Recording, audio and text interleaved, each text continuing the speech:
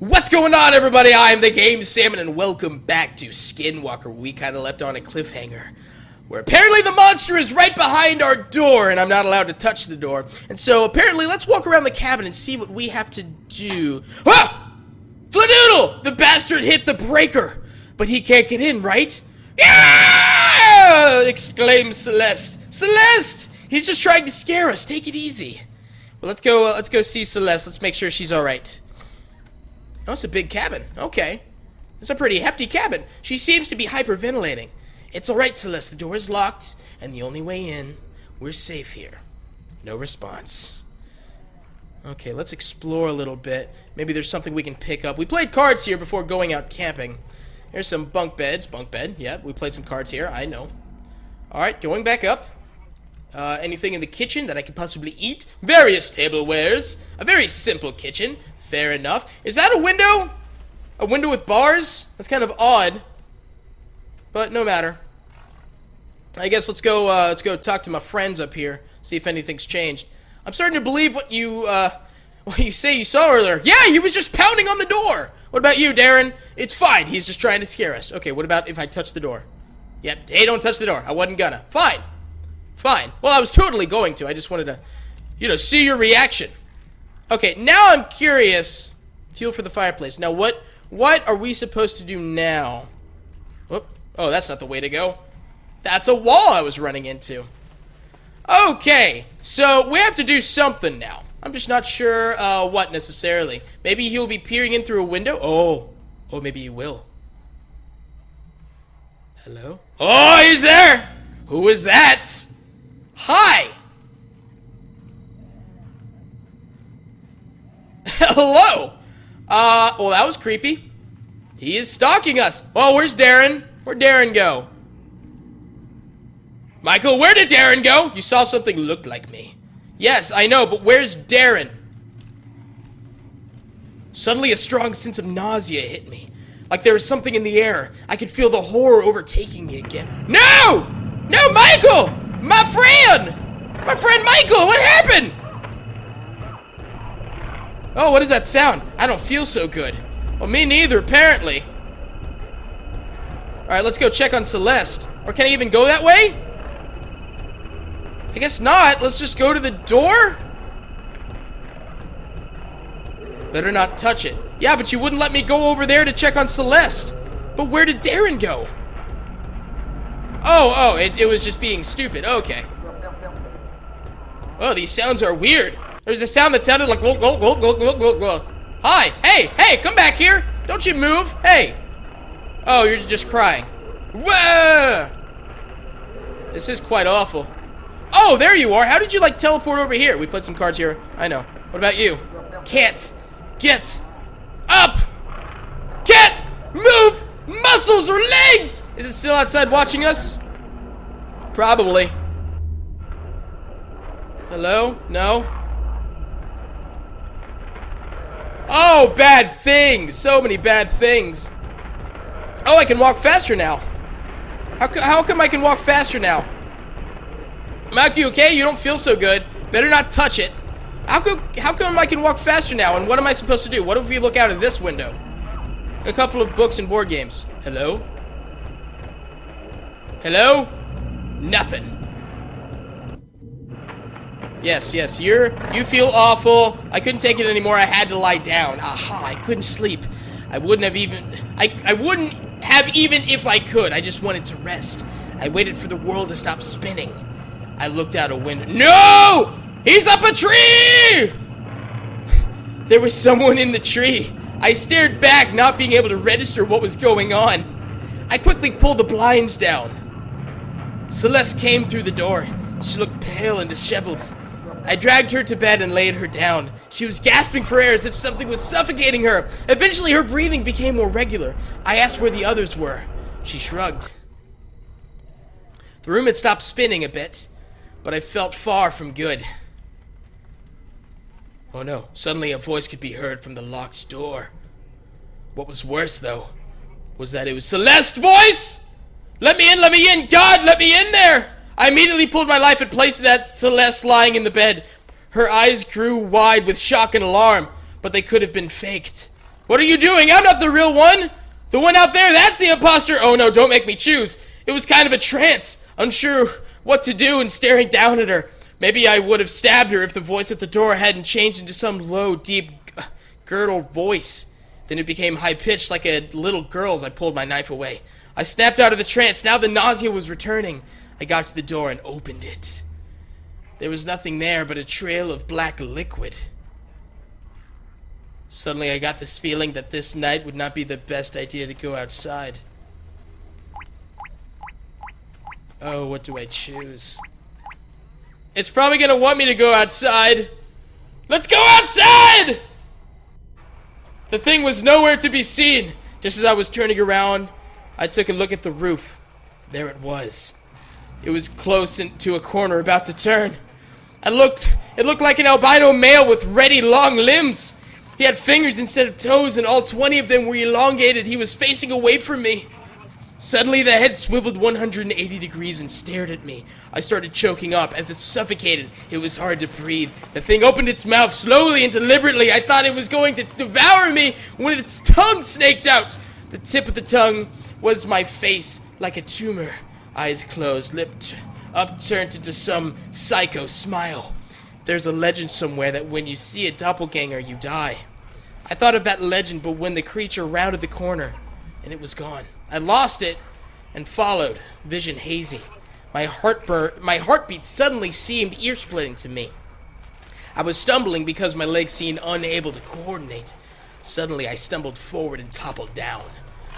Once I lay there face down in the grass, my body just seemed to shut down. I couldn't move. I couldn't even turn my head. There was something dripping on my back. My eyelids seemed heavy and started closing of their own accords. I saw white feet with long fingers for toes step into view. Oh no. When my eyes opened, Celeste was shaking me. She was on the brink of tears and her voice was cracking. Get up, get up! That bastard was in— What? In my skin? My head hurt. I was about to ask her what happened when she started pulling me backwards toward the door. We toppled out and stumbled towards Darren's car, which was parked in a different location from what I had remembered. I was glad to be alive. The mist had stopped completely. Celeste was downright crying now. She pushed me into the back seat. That's when I noticed. I was wearing different clothes from when I lost consciousness. Michael was there, huddled up and face buried in his knees. Some clothes stained with blood were beside him.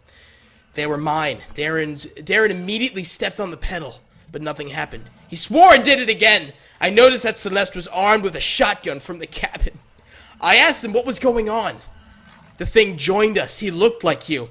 We got out of the house and found the car. We were halfway down the road, and then Michael started screaming. I looked at Michael. He had a glazed over look in his eye. The thing burst out of your clothes and jumped out of the car. Michael had the shotgun. He was firing out the window. We saw the thing run all the way back to the house at the friggin' speed of light. It was in my skin? Yeah. I looked down at myself. I wonder if I had been possessed or worse, that the thing had cut off my skin and wore it as a coat. Ah! I shuddered at the thought of something crawling around in my skin. I asked Michael if he was all right. The thing talked to me. I asked about what. He didn't respond. I realized he was sobbing. Oh, that scared me. The car jolted into motion. Darren fist pumped as the car started up, accelerating. Yeah! I turned back towards the cabin and saw the albino thing standing on the roof of the house, watching us. I shuddered and turned back. Celeste screamed. The thing was in front of the car! On the windshield! It opened its mouth and my face slithered out. Celeste fired the shotgun. The glass shattered and it was thrown backwards. Darren shrieked and I saw blood coming from his face. Something pierced my face and I realized it was glass. The car skidded to a stop. The car doors opened without any discernible reason, and I fell out. The thing lay directly across from me, eyes closed as if it was sleeping. I wished I could close my eyes. Its mouth hung open. I saw myself again emerging from its tongue. I didn't move or say anything because I couldn't. My face looked at me and started to talk. I love you, I love you, I love you, I want to be you. What? I repeated over and over again. It was coming close to me and I wondered if it was going to bite me to death. The thing's eyes shot open and I realized it was going to kiss me. I managed to regain some control and instinctively twisted back from it. I guess that was what saved me. There was a sound like an explosion. Blood spouted from the thing. Celeste was standing over it. Her face and body were bleeding, and she had this spaced-out, psychopathic look in her eyes. She had just fired the shotgun. My face looked directly at me. "I am you," it whispered. Oh! She fired again, and I saw my own face being rotting up to I saw my own face being rotting to nothing more than a skeleton in front of me. The thing's head flowered open. That's the best word I can find to describe it. Its head kind of split and split again, peeling away. I saw faces, lots of them, all on the inside of its head. I think I saw Celeste and Michael's faces. They were whispering something unintelligible. Ugh. In the center, where the brain should be, there was a single red cat-like eye that was rotating in a socket. It was producing the mechanical droning sound. Celeste fired one last time. The thing sort of withered away, becoming wrinkled and smaller and rotten, until it just disappeared. Celeste dropped the shotgun, and I started twitching and spasming as control of my body returned to me. Eventually, as I stood up, we got to the car suddenly. Darren was bleeding too, but no one said anything. We drove back to the city in silence. We explained away the damaged car as being attacked by some crazy thieves. We had ourselves patched up. Michael was still in a shock-like state. I hear he was like that for a while. When I asked him what he thought of the incident later, he denied it ever happened, with compelling conviction. His eyes looked dead and he had lost weight. I don't know if he forced himself not to remember or if he genuinely knows nothing of it. I know what I saw, but I can't remember the exact place. Has it been 2 months now? We still refrain from talking about it. If you were experiencing some huge twist or something, you'd be disappointed. I still don't know what we met out there. I don't want to know, actually. I still have nightmares about my own face shouting, "I am you." One thing I do know, though, I am never going camping again. The end. Wow! That was a good story! That had some great moments in it, and the ambiance of it was really great. It kind of got really weird, because the creature's tongue was me. That was just really weird. But now I'm curious, what would happen if I actually clicked, and the game closed, and what would actually happen if I clicked to not help Celeste up, and then also to stay inside the cabin? Would these be different endings? Possibly. Or would it just, be nothing to the story? I don't know, but let's find out. Okay, we're gonna click no to helping Celeste up. She shook her head and got to her feet. The ground was getting muddy. It was getting even mistier. If not for the flashlight, I wouldn't have any idea who she was. I recognized that tree. We're getting to the cabin. Again, I had the feeling that something was watching me. My gut was screaming at me that something somewhere was wrong. I realized the sound from earlier was back, softer but still present.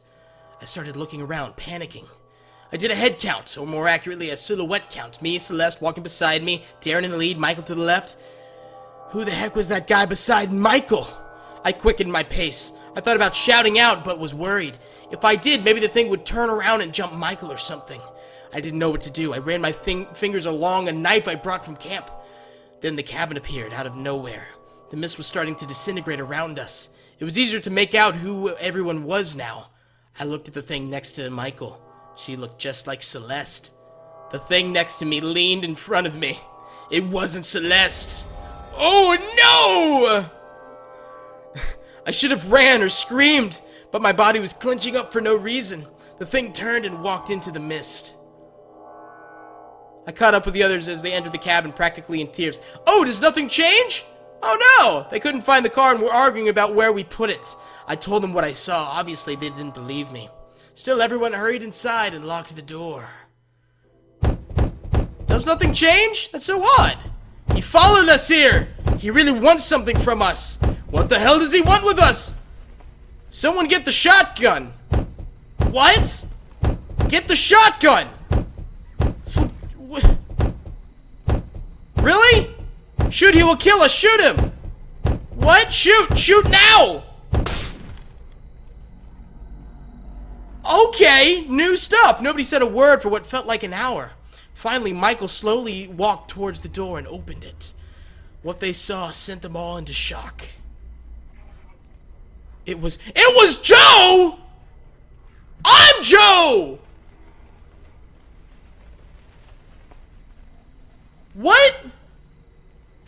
The Joe inside the cabin started laughing. Oh my god! Silently at first and then louder and louder until everyone had to cover their ears. That was when everyone realized they had made a mistake. The Joe outside the door was the real Joe! Bad end! What? Oh, what a twist! Okay, we're gonna go back through and see what happens when you stay inside the cabin instead of going outside. That was awesome! That was awesome! That was really cool! I love twists like that! Okay, now let's see what happens when we do not go outside. I decided not to go outside. Simple enough. Okay, let's go back and lay down. Because that's what we were doing earlier. Kind of. Oh no! Suddenly got this sinking feeling in my stomach like something was seriously out of place. I couldn't place the reason, but I would soon find out. Oh no! Celeste was dead, lying in a pool of blood on the floor. It looked like she had been shot. Panic started flowing through every vein in my body. Michael was lying on the floor, shot to death. How I know he was shot to death? Just a feeling. Is it me? Is it me again? Recently shot to death, Darren was lying on the floor. I could see the wounds from the shotgun. Suddenly I realized that there was someone outside. No, the shotgun, how tempting it had been. I had been looking for the right moment for a long time. The right moment for what, you ask? Why, the right moment to kill my friends. Obviously, what else? The shotgun, oh, how tempting you had been. I just had to do it. Always taking me for granted, those bastards. Just because I'm nothing special, this should teach them not to mess with me. Oh, great, I turned into a lunatic. Bad end. Wow! Also another twist ending where I'm just legitimately the bad guy. Wow! Okay, I really enjoyed Skinwalker, and what great storytelling. And it actually reminded me of those old, choose your story books, you know, where you flip the page, you know, help Celeste up, flip to page 63. Don't help Celeste up, flip to page 85. One of those types of books, and I wish there were more choices in this game to choose from and get more endings. Oh, that left me wanting more, and I loved it. What a great story and what a great game. So thank you guys so much for watching. Please like this video, it really helps me out. Also be sure to leave comments in the comment section and subscribe to me so you can stay up to date with all the other videos that I will be posting soon. Until the next video, I will see you guys later. Goodbye. She looked just like Celeste. The thing whose hand I was holding lead in front of me, it wasn't Celeste. Oh!